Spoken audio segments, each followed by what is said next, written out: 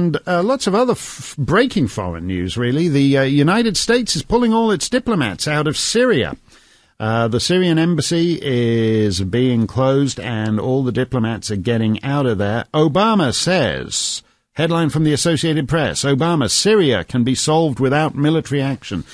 Tell it to Bashar Assad, who, since the Russians and Chinese obligingly vetoed any UN action on Syria, now thinks he's got carte blanche, has been killing people, slaughtering huge numbers of people in the town of Homs. How's that Arab Spring going?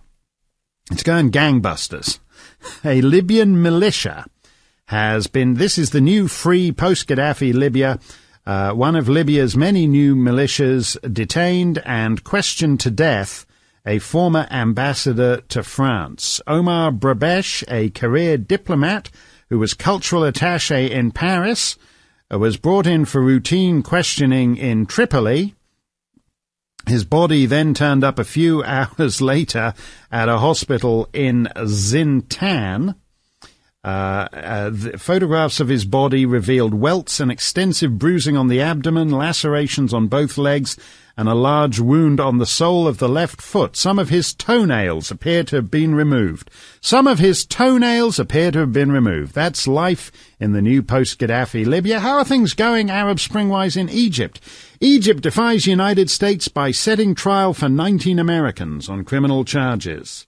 From the New York Times, Egypt's military-led government said Sunday that it would put 19 Americans and 24 others on trial in a politically charged criminal investigation into the foreign financing of non-profit groups that has shaken the 30-year alliance between the United States and Egypt. And what I find fascinating about this is that the American big shots are Hillary Clinton has issued warnings to the Egyptians. Barack Obama delivered a warning to Field Marshal Mohammed Tantawi, who's basically the guy running Egypt. It's under a military junta. That's how the Arab Spring is working out so far. The military junta's been there for a year. Tantawi's been running things for a year.